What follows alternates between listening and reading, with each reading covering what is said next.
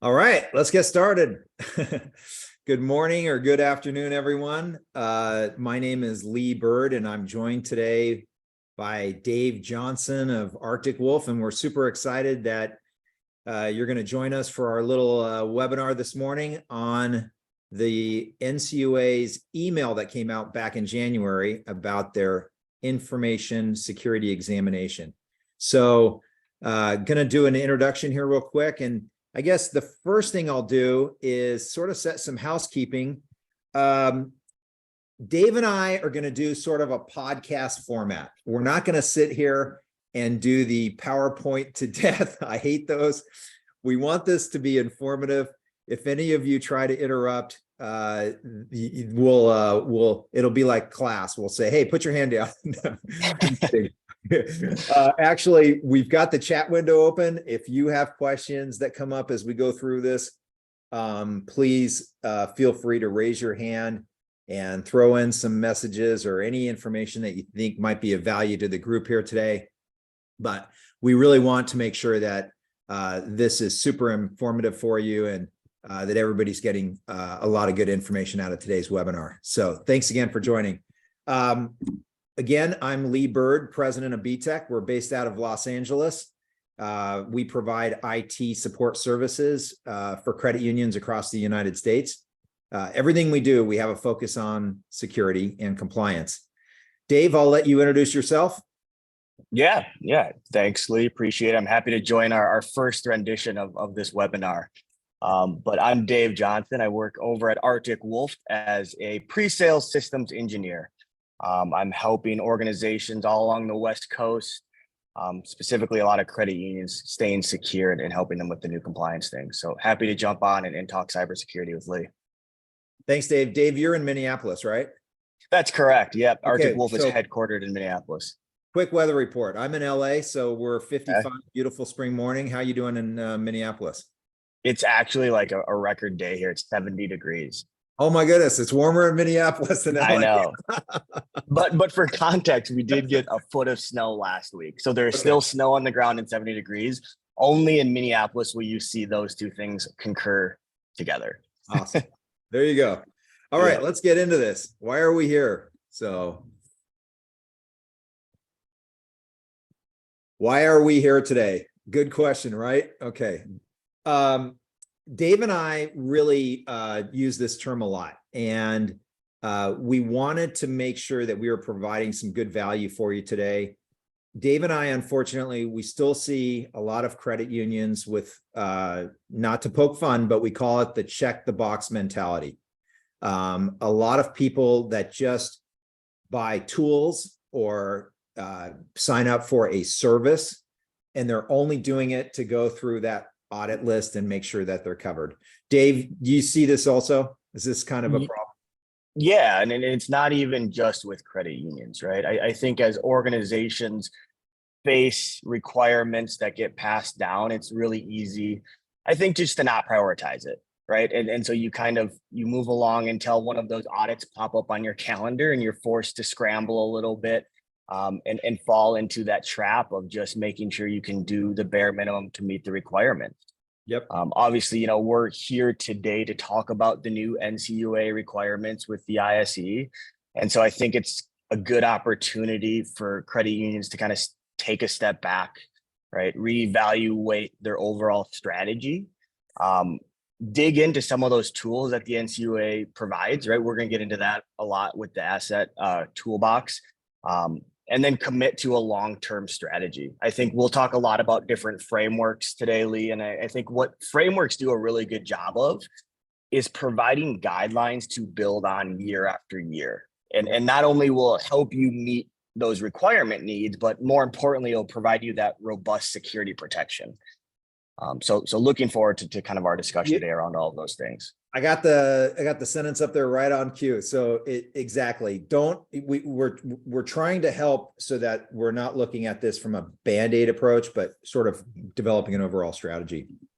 And then I think also we sometimes are intimidated by requirements. I know that this information security examination procedures, there's new ones. And I think in some cases, people sort of, they go back on their heels and they think, oh my goodness, there's just more stuff we have to do. It really is not.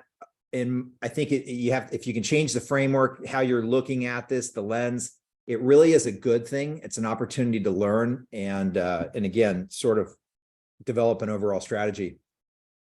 And then number one reason we're here today, the goal is to make sure we're doing everything we can to protect that member information. So, you know, Dave, you and I have worked with a lot of credit unions that unfortunately have had a cyber event.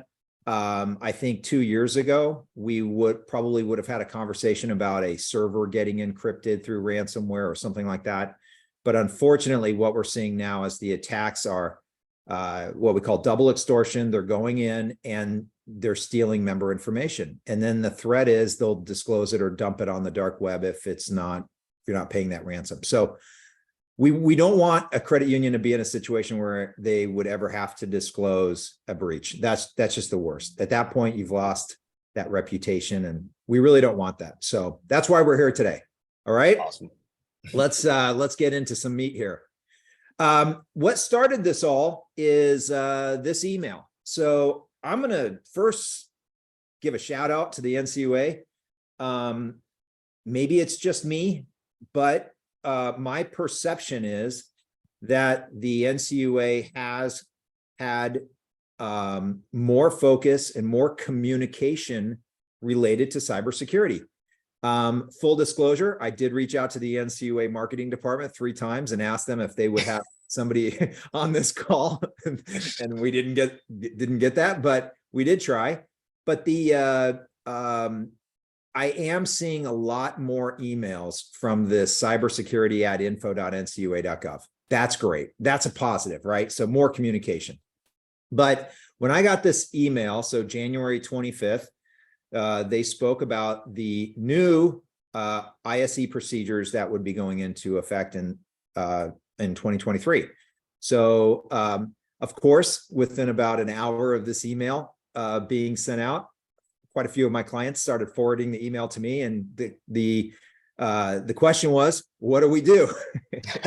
So we've done a couple of little short take informational pieces on this, but this is kind of sort of where today's call sort of started. So let's discuss this a little bit.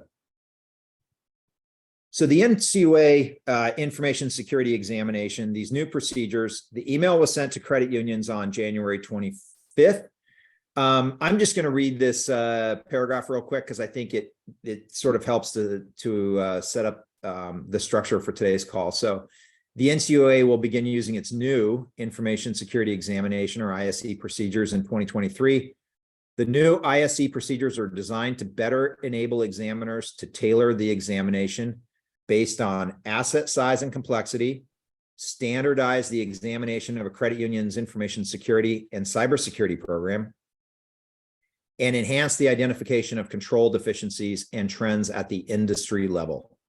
That's quite a handful there, Dave, but that's what we want to see from any framework, right? It's basically, they're very clearly defining what they're doing, and the new ISE procedures will also provide examinators and credit unions with a well-structured examination workflow. The net is, if you follow their guidelines, you should be prepared at the time that the NCUA or any auditor comes in, right? I mean, they're sort of spelling it out here. Right.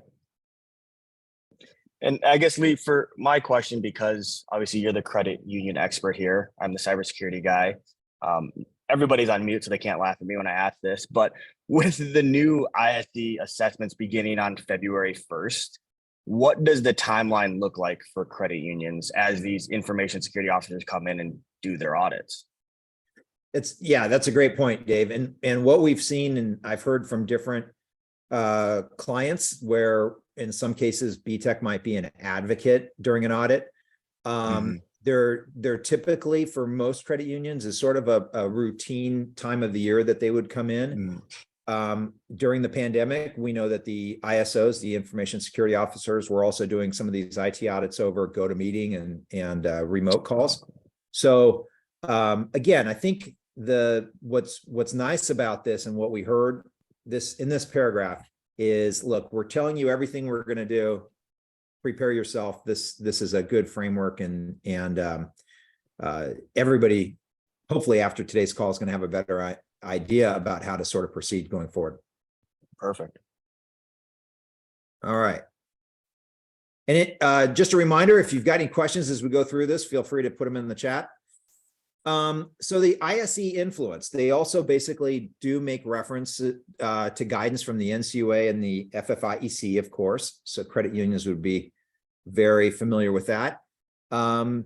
They also make the statement, the ISE is focused on regulations part 748 and 749. So those don't ever go away, right? 748, everybody knows that. A credit union must protect against unauthorized access to or use of member information. Pretty clear. And that, again, is sort of continues. This is where I think some people have asked me a lot of questions, as there is definitely reference in this email to the Automated Cybersecurity Evaluation Toolbox, or ACET. Now, Dave, this was something that we've run into where we have had communication with credit unions. I put here ACET is back. So for a while, we also were looking at a framework called Intrex. Sometimes it was also referred to as Intrex-CU. Again, a great framework, but most people knew ACET. And so in this email, the NCUA is saying that ACET is back. So we're going to talk a little bit more about ACET in a minute. But it definitely, most credit unions should know what ACET is. And then, Dave, this is your wheelhouse. There's also also best practice from NIST, CIS, and Cybersecurity and Infrastructure Security Agency, or CISA. CISA is part of the Department of Homeland Security. Dave, why is this piece important? Why is it important that there is also reference to these controls? Yeah, so NIST stands for the National Institute of Standards and Technology. These different frameworks that are based off of best practice, it makes it really easy and kind of standardizes controls and processes for organizations to follow. It makes it easy between different verticals. It makes it easy to audit and assess. And it just provides you with a framework that some of the best experts have been doing and following, that have proven that long-term resiliency against cybercrime, right? And so the NCUA is doing their due diligence. They're pulling from these different requirements, and they're kind of catering their own, right, to be more towards credit unions. But it's good to see that foundationally it's built upon these different frameworks that have worked for so long. And I'll just throw out there, I think I would be alarmed if they didn't do this, right? That's true. Yeah, that's so.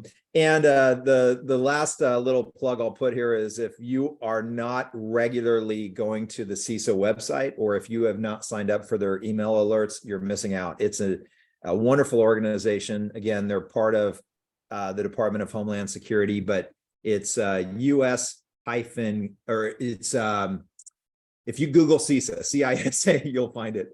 I think it's us-cert.gov maybe is where it is, but it's a great website. Okay, let's continue on here. ACET. So what is ACET? And again, it's the Automated Cybersecurity Evaluation Toolbox. It is voluntary. And it's a tool that incorporates appropriate cybersecurity standards and practice for financial institutions. I'm going to do a quick little screen change, and that link on this PowerPoint, we will be sending that out to everyone. There we go. Did it come up? Yep. You can see the National Credit Union Administration webpage. Yep. All right. So we'll have this link for everybody. But again, if you Googled NCUA ACET, this is the page. And this is where you can go and get the ACET toolbox. This download, it's a very large file. It's I think 1.5 gigs. It takes a lot of resources on your computer, but after everyone's homework, after today's call, you should definitely go to this website and download this. It's good to have this. And again, we'll sort of show the importance of following this framework as we continue on here. So let's get back here to the PowerPoint. And Lee, that the tool, the ACET is designed to just help organizations understand, alignment with the ISE requirements. Is that correct? Yeah. In fact, the ISE is its own separate document. But the ACET is mostly used in advance of an audit to sort of help a credit union understand their current controls and their processes and maybe where gaps might be. They call it it's a maturity assessment. So got it. Overall, what does the credit union look like? And then obviously the goals here, identify areas of risk before there is a problem. That's huge. And then this one comes up, of course, in any of these controls, that repeatable process, measurable and repeatable process to assess risk preparedness over time. So we're going to speak a little bit about it coming up. It's truly a journey, isn't it, Dave? This is not kind of a one-time thing. We don't just sort of fill it out. That's that check the box mentality where people might go through and spend a weekend on the ACET toolbox and fill some items out and sort of check the boxes. That's not what this is about. It really is having a good set of framework in place that a credit union can use to sort of make sure that they overall have developed a strong strategy moving forward. Yeah, I think the toolbox is really cool because you can use it as a way to track your progress and understand, your next areas of improvement. Obviously, we know cybersecurity isn't going anywhere anytime soon. It's only going to get more difficult to prevent bad actors from getting in. And so starting with that sound foundation, we're going to kind of keep kicking the dead horse, but the framework, right? Building something around, having that path kind of laid out in front of you, I think makes it a lot easier to kind of have that long-term protection. Absolutely. All right. Keep moving along here. So very clearly, the NCUA has spelled out that there are 3 types of exam level statements. So the first is the small credit union examination program. This is credit unions under 50 million in asset. So that's the first. The next would be for credit unions above 50 million, what they call the core statements. And then the third are optional elements, and this is called Core Plus. Dave and I have gone through this document. I'm going to show everyone a copy of it in just a minute here. Okay, my opinion, and again, I know every credit union faces different challenges with whether it's the expense or it's time, it's board approval, whatever it might be. I know that for a lot of credit unions, it might look intimidating.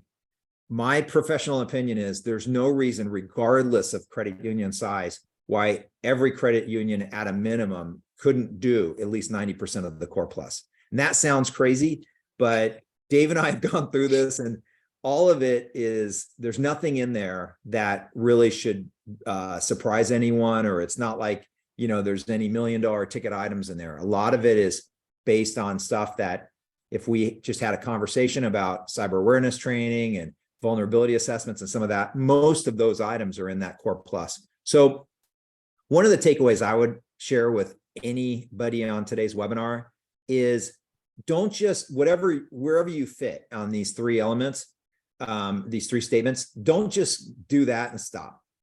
I really believe that trying to achieve as much of Core Plus that you can, again, regardless of credit union size, it's doable. So just keep that in mind. Dave, any thoughts on that?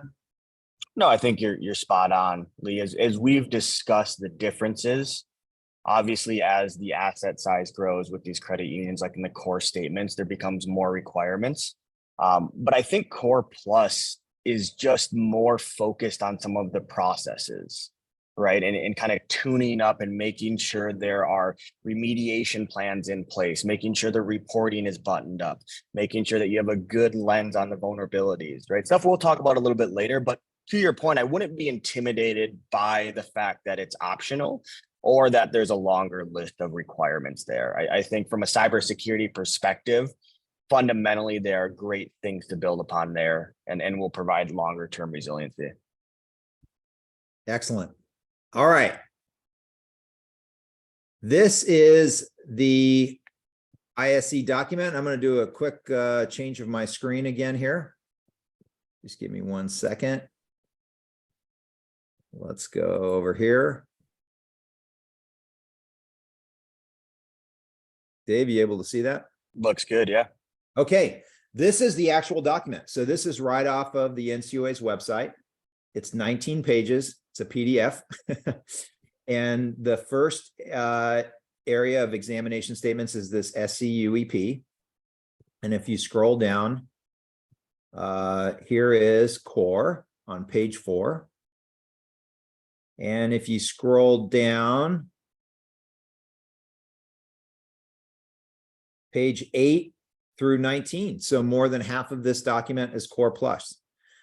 This is what we're talking about. So I think there's some intimidation that, oh my goodness, I don't know. It's a 19-page document. It's not, this is not 1,000 pages. Yes, there's a lot in here and there's a lot of pieces that need to be sort of gone through.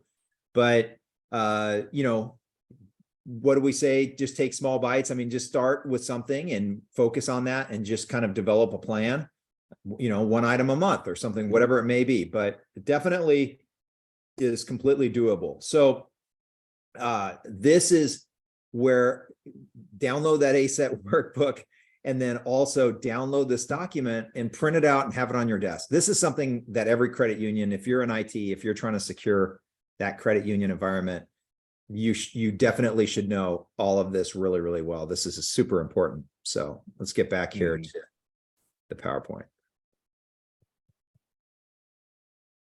All right, we doing well so far? How are we doing, Dave?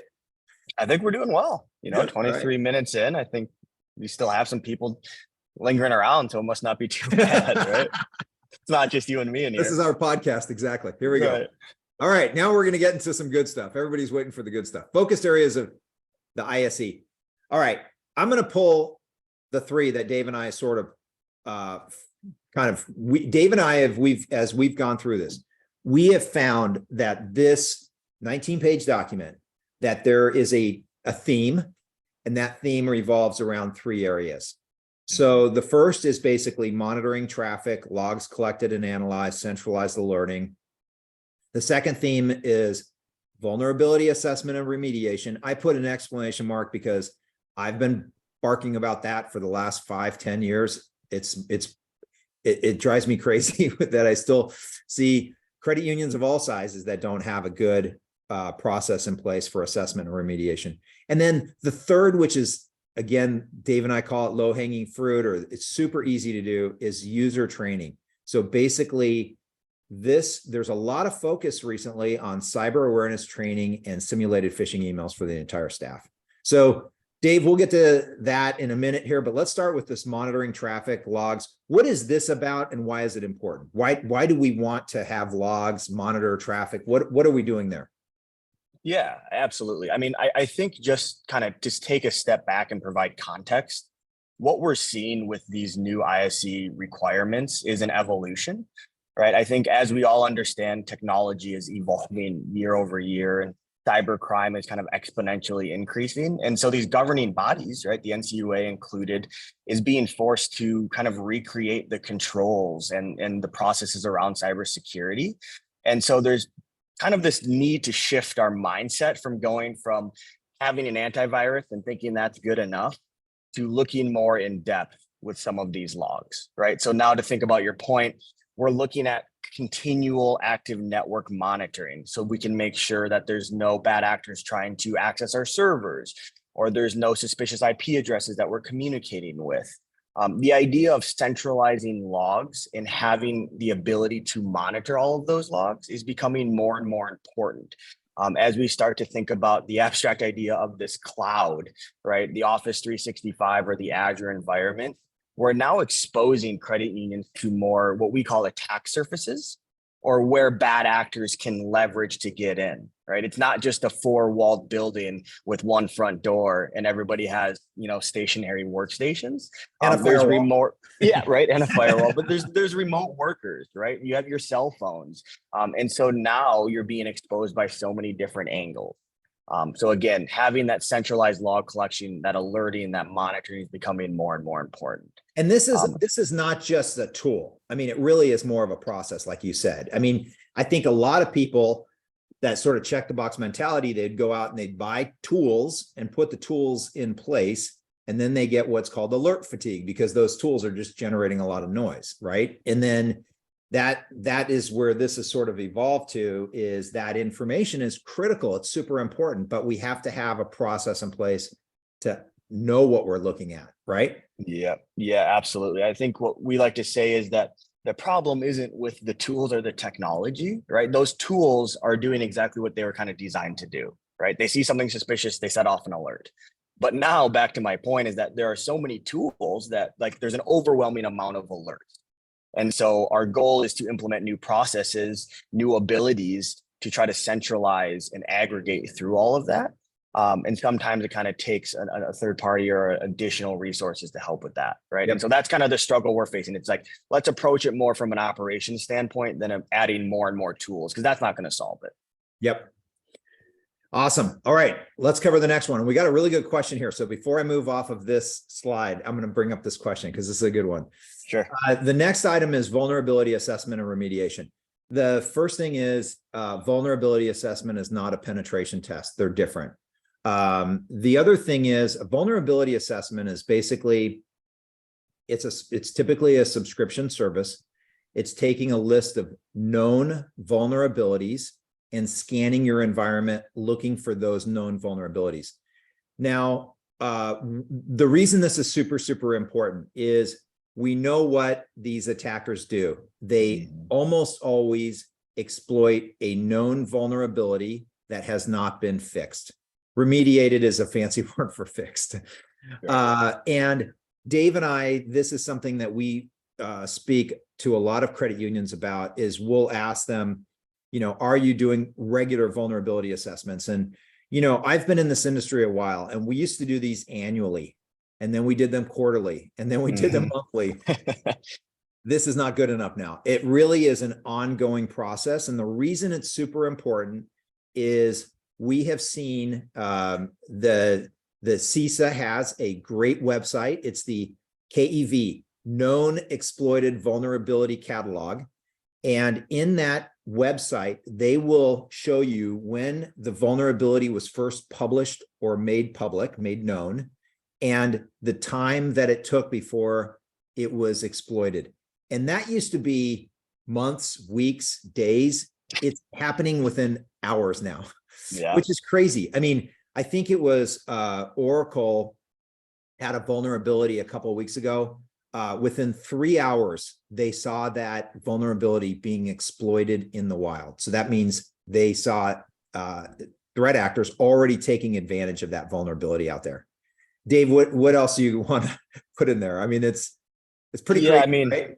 I think you're spot on, right? I think the idea of having an annual penetration test or a vulnerability scan was sufficient a few years ago, but now with the internet and the ease of access to information, right? We forget that bad actors, these threat actors, are a community as well, right? They're obviously not a great community or a good community to have, but they're constantly talking with each other.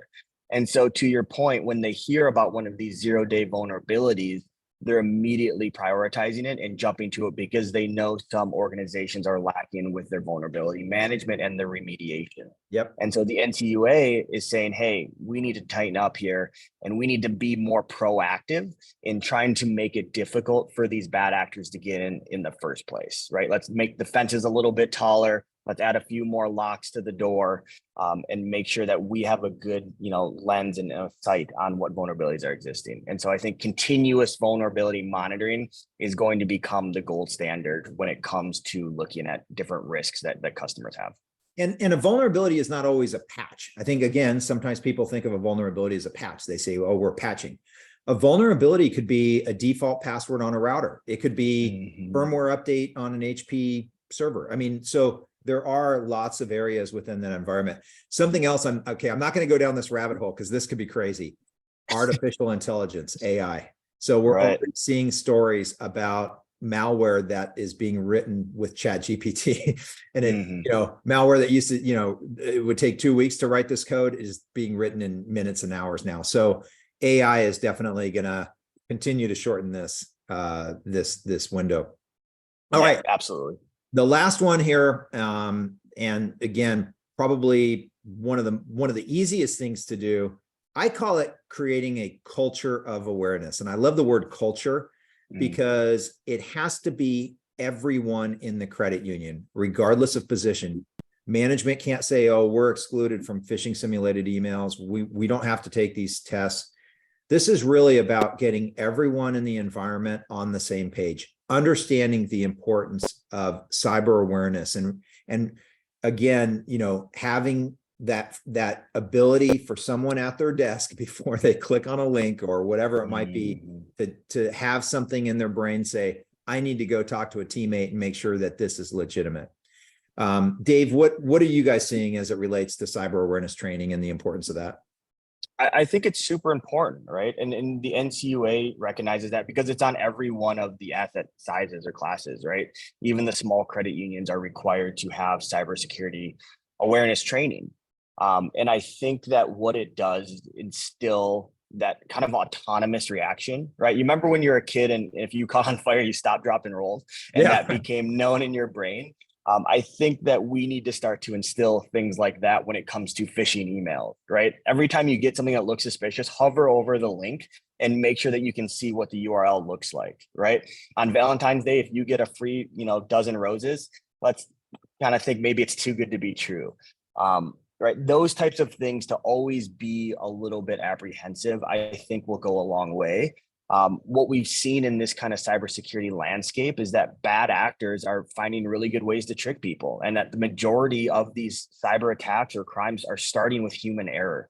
And so we look at cyber awareness training as kind of that first line of defense to creating that culture, educating people, and making sure that everyone stays accountable for their actions. And so I think, like we said, low-hanging fruit. It's a really good one to start with, and it's a really good thing that provides immediate impact and value. Yeah, and it, again, creating that culture, and it is crazy the influence that social media has on this. I mean, some of the targeted attacks that we're seeing, the business email compromise, it's absolutely crazy how much information they're pulling off of people. They're able to associate people within a credit union environment. They know who's talking to who.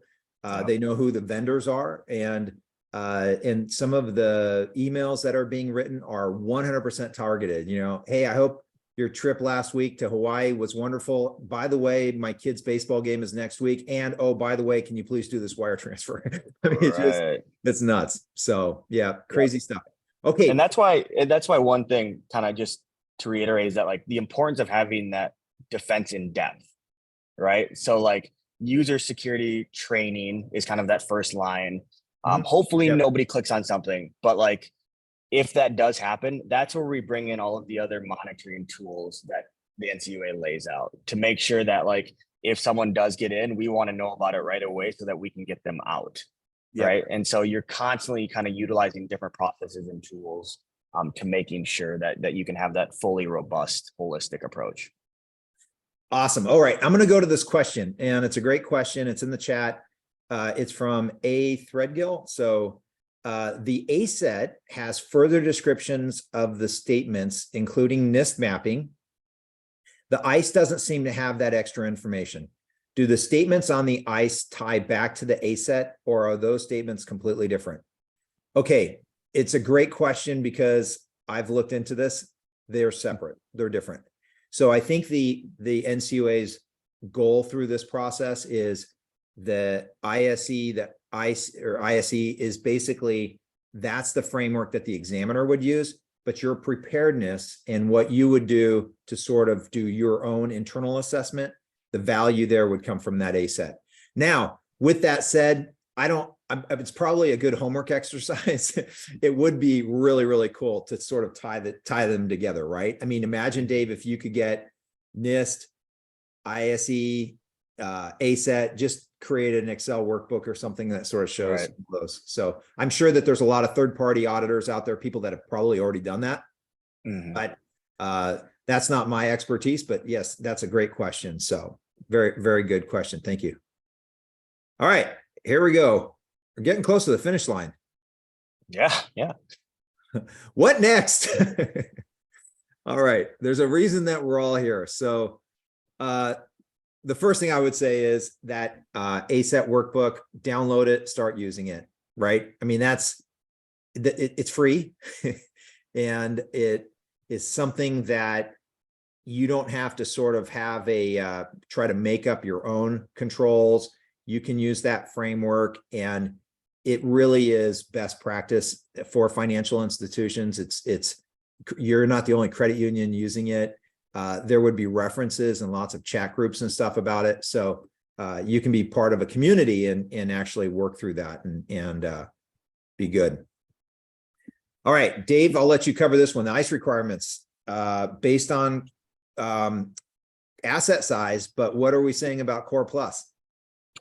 We would say don't overlook them, right? I would say look at the Core Plus, understand what value that it can bring to your credit union from a cybersecurity perspective, and then take that step back and really lean into this opportunity to kind of have that good start to tie yourself to that framework.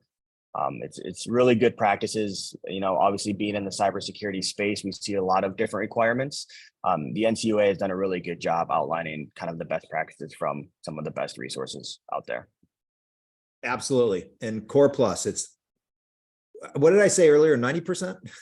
Yeah. Right. I mean, some people may say, Lee, you're being ridiculous, but I would definitely, again, regardless of asset size, regardless of number of people in IT, whatever, work towards it. That's a reasonable goal.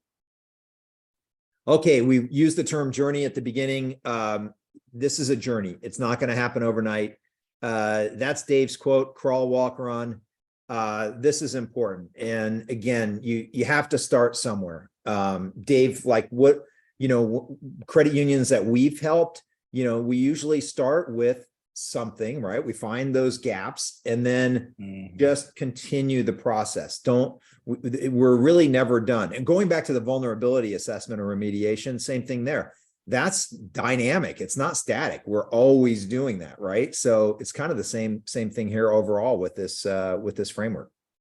Yeah, absolutely. I think the big thing is to look at security as a journey and understand that there are different phases that will take place, right? And obviously there are financial constraints, there are timelines, based on the current tools you have or what outcomes you're looking for. The nice thing, and Lee, we've done this with other credit unions, is we can work to find what the best next step is, right? We have experience in cybersecurity over here. You have experience helping credit unions, and being that resource, I think, has benefited a lot of credit unions that we've worked with. Yep, absolutely. All right, and the final item, I called culture of awareness earlier. I'm going to use the culture word again. Leadership education, buy-in, slowly work to prioritize cybersecurity. If you're in IT, you can't do this by yourself. You need, help from leadership and from the board.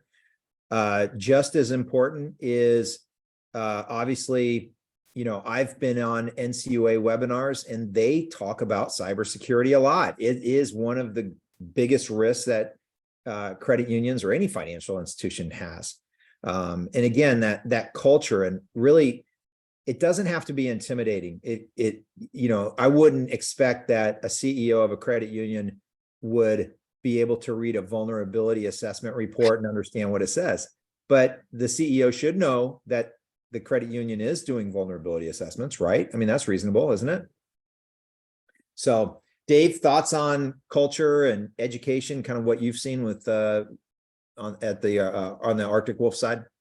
Yeah, I mean, I think what it comes down to is just being able to educate, right? The leaders, and understanding that there is inherently a risk that you are bearing.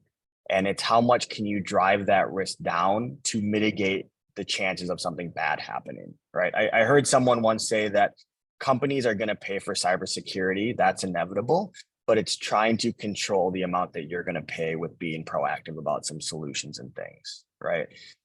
And so I think kind of thinking it through that lens has become really helpful for leaders. I know that there's a lot of other factors that leadership has to make, but trying to get that cultural buy-in and understanding of why it's important to invest in cybersecurity, I think is a good next step in a call to action. Awesome. Really good. All right. Well, that's we're kind of wrapping it up here. So Dave, this has been a lot of fun. And yeah, everyone, that's Dave's email. And mine is there as well. We just got another message in the chat. Let's see what this says. Oh, we got to thank you very much. So, thank you for thanking us. I appreciate that. Thanks, Jose. Yes, Dave and I love what we do. We have a wonderful partnership with Arctic Wolf. And if Dave or I can help you or your credit union with any information as it relates to this or anything else, feel free to reach out. We'd love to answer any questions. And we're going to be sending out a recording of this webinar. So if you'd like to share this with other people on your team, please feel free to do that. I'd also like to thank Kate and Jackie and Max. They're also at Arctic Wolf so much for helping with this. This was a lot of fun. And Dave, the podcast method is the best. This was more fun than just going through a slide deck and reading. I agree. Yeah, okay. We'll have to find another topic to come together and talk. Right, exactly. Yeah, and Dave and I have done some coffee talks before, so you could look at our YouTube channel. We've got some recordings there if you need additional information, some entertainment. So good stuff. All right, thanks everyone for joining. This was a lot of fun. I really appreciate everyone's attention and time today. And Kate, thanks again for your help on this. Thanks, everyone. Yeah, everyone. Have a good day. We would close that deal registration out. We will only continue holding deal registration.